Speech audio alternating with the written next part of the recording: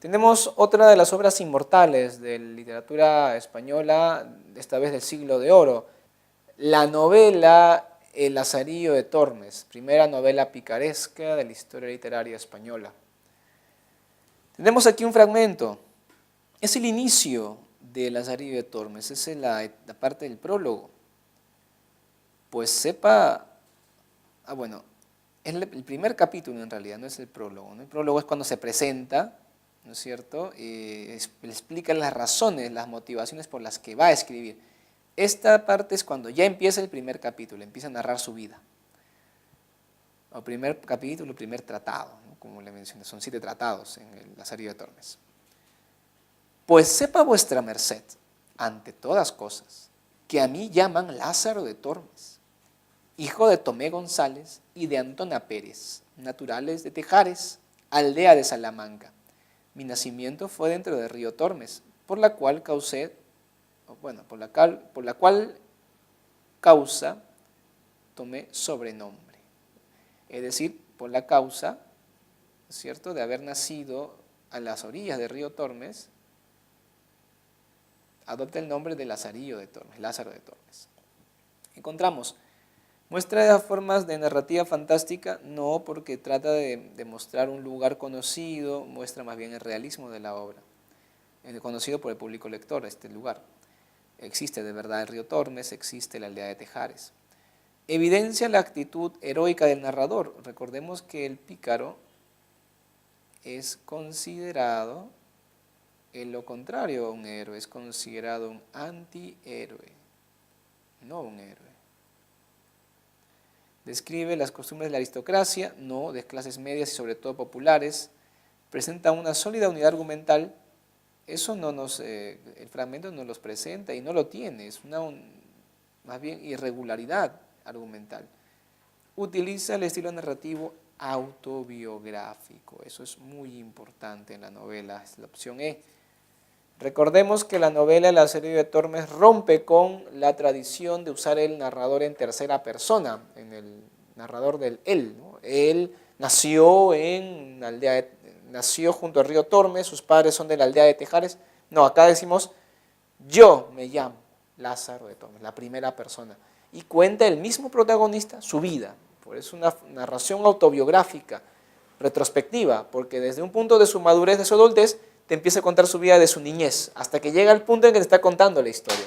Por eso una narración autobiográfica de retrospectiva, ¿no? Que es una retrospección en su vida, y vuelve al punto de inicio en la parte final de la obra.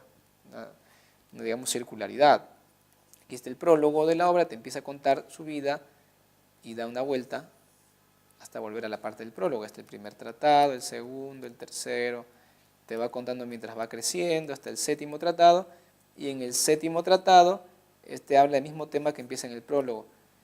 Se une el 7.º tratado con el prólogo, cierra el círculo. Bien, vamos ahora con la poesía y la narrativa del barroco. Recordemos que el barroco en el siglo de oro español se desarrolla durante el siglo XVII.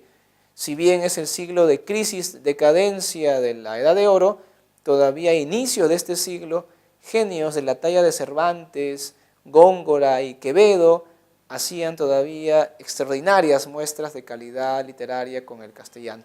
Y hacia finales de este siglo, donde ya España estaba en total debacle, Calderón de la Barca todavía hacía pues, la literatura española llegar a niveles universales, como hizo un poco antes Cervantes con el Quijote.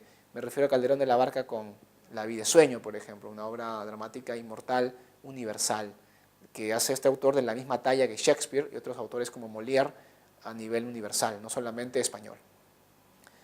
Bien, revisemos entonces el barroco. Tenemos 2 preguntas aquí, una sobre Góngora. Tenemos un fragmento de este famoso poema Soledad I, del estilo culterano de Góngora, de la etapa del poeta de la oscuridad o el ángel de las tinieblas. Recordemos que la Soledad I utiliza la estrofa denominada silva, a la manera de una selva. Los versos aparecen de manera desigual, uno de 11, uno de 7, uno de 11, otro de 11, otro de 7, me refiero a 11, los endecasílabos, y los de 7, los heptasílabos. Más que todo, la estrofa silva es una estrofa donde no hay un número fijo de versos. O sea, una estrofa puede tener 12 versos, en la otra 14, en la otra 10, la otra 9, en la otra 17, y así de manera irregular. Es la particularidad de la estrofa silva. Acá tenemos un fragmento de una estrofa, no está completa, por si acaso. Es un fragmento de una de las primeras estrofas de la Soledad Primera. Cuando ya el muchacho protagonista ha llegado a la orilla del mar desmayado, cogido del madero que le ha salvado la vida, la tormenta le ha desnudado, amanecido, está en la orilla, el agua, el mar se mueve en las olas y él todavía ha dormido y el sol empieza a aparecer en la playa. Es una fotografía este fragmento de la Soledad Primera. Del océano pues antes sorbido y luego vomitado, no lejos de un escollo coronado de secos juntos, de calientes plumas, alga todo y espumas, hay hospitalidad donde hay nido de Júpiter ave. Bien, revisemos las opciones. Presenta el estilo poético de la corriente conceptista. El conceptismo corresponde a Quevedo, es otra escuela literaria. Este corresponde al culteranismo de Góngora, así que no sería. Destaca el uso de la figura literaria hiperbatón. No, el hiperbatón es una figura que consiste en alterar el orden convencional de la sintaxis, y sí aparece mucho hiperbatón. Emplea la estrofa italiana, octava real, no, la octava real son 8 endecasílabos, no hay eso. Utiliza el tópico renacentista Beatus Ille, no aparece el Beatus Ille. Recordemos que los tópicos renacentistas pueden aparecer en la poesía culterana, no es algo prohibido, y aparecen, pero en este caso no lo encontramos el Beatus Ille en este fragmento. ¿Desarrolla el tema del amor pastoril? No, eso no se desarrolla aquí, así que marcamos la B de beso. En la 11 encontramos un fragmento sobre Quijote. El ingenioso hidalgo Don Quijote de la Mancha de Miguel de Cervantes Saavedra es una novela con influencia, ahí nos piden la influencia, el denominado estilo cervantino está determinado por, el Quijote es una novela que corresponde al barroco y el estilo cervantino corresponde a la mezcla de 3 variantes del lenguaje. ¿Cuáles son estas? Tenemos el lenguaje, el nivel narrativo del narrador, el lenguaje señorial, el que maneja Quijote, que es un hombre culto, y el lenguaje popular o coloquial que alardea Sancho. Son los 3 niveles que logran el estilo cervantino. Marcamos la A. Está muy fácil esta pregunta. Bien, hemos llegado a la pregunta sobre La vida es sueño, una de las obras dramáticas emblemáticas de esta literatura del siglo de oro. Encontramos un fragmento del diálogo de Basilio, el rey de Polonia, el padre de Segismundo. Yo, acudiendo a mis estudios, en ellos y en todo miro que Segismundo sería el hombre más atrevido y príncipe más cruel, y el monarca más impío. Y él, de su furor llevado, entre asombros y delitos, habría de poner en mí las plantas, y yo rendido a sus pies me había de ver. En relación al fragmento anterior de La vida es sueño de Pedro Calderón de la Barca, marque la alternativa que contiene la afirmación correcta. Las culpas del príncipe Segismundo son expiados mediante la traición. No encontramos una referencia al argumento respecto a esta afirmación. El príncipe afrenta a su padre, por ese motivo le ordena el destierro. No, el príncipe afrenta a su padre sí porque lo derrota en batalla, pero no lo destierra, lo perdona, una vez que lo ha vencido.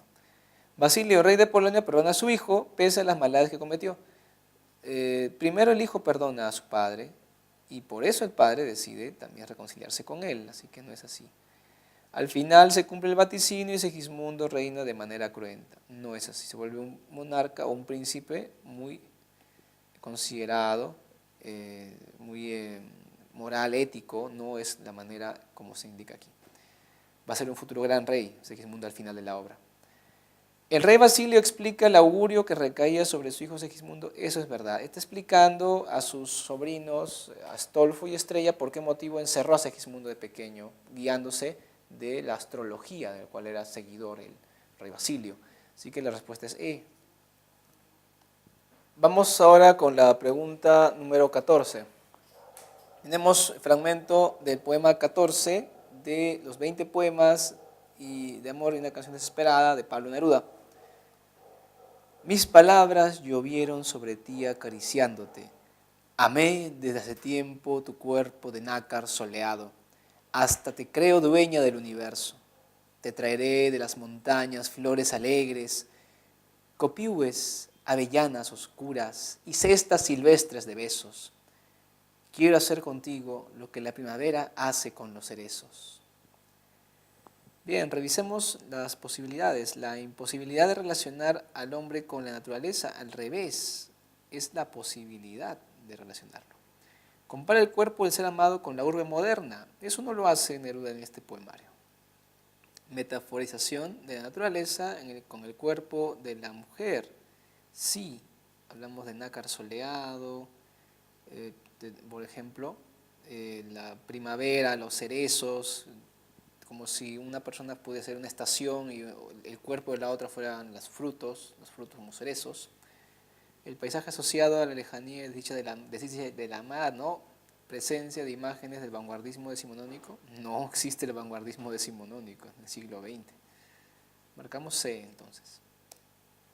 Bien, vamos ahora con un fragmento de uno de los cuentos de Rubén Darío, el rey burgués. Recuerden que el modernismo no solamente es poesía, sino también cuento y ensayo. Entonces, en la poesía, el cuento y el ensayo encontramos las tres manifestaciones importantes del modernismo hispanoamericano. Un fragmento de Rey Burgués, cuento que conforma el libro azul de Rubén Darío. Y desde aquel día pudo verse a la orilla del estanque de los cisnes al poeta hambriento que daba vueltas al manubrio. Tiririrín, tiririrín, avergonzado a las miradas del gran sol, ¿pasaba el rey por las cercanías? Tiririrín, tiririrín, había que llenar el estómago. Tiririrín, y el poeta de la montaña coronada de águilas no era sino un pobre diablo que daba vueltas al manubrio. Tiririrín. Podemos afirmar lo siguiente del artista a partir de este fragmento. ¿Rechaza lo vulgar y adopta la estética de aristócratas y filósofos? No. ¿Es denigrado por una sociedad dominada por el materialismo? Esa es la clave. Unos exóticos, alejándose del pasado nacional, no se está, en este fragmento no se ve eso. ¿Es un ser egoísta que transforma la obra de arte en mercancía? No, el mundo capitalista, él no lo hace. ¿Halló protección y apoyo por mecenas? Eso era antes, en la época del modernismo justamente se critica que ya no se da esta situación, que apoyaba el arte sin necesidad de hacerlo una mercancía, como critica Rubén Darío. La B es la clave.